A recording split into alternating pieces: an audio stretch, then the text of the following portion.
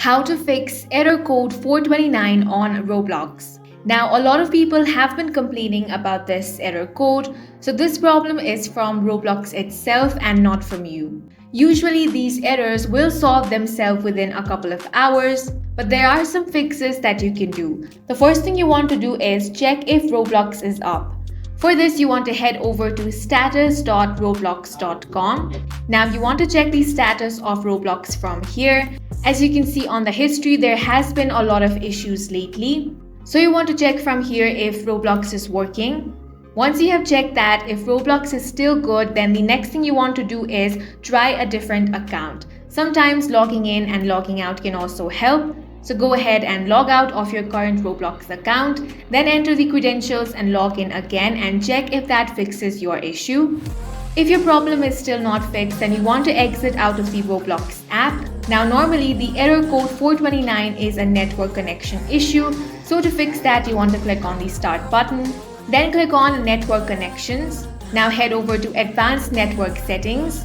From here, click on the Reset Network option and go ahead and click on the Reset Now option. Once that is done, if your problem is still not fixed, you want to close out from here. Another thing you can do is run a VPN. You can download whichever VPN you want.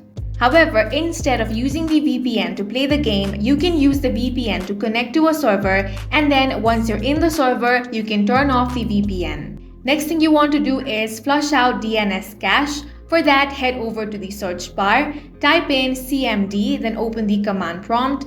Here you want to type in ipconfig /flush DNS and press enter. That is going to clear your DNS cache.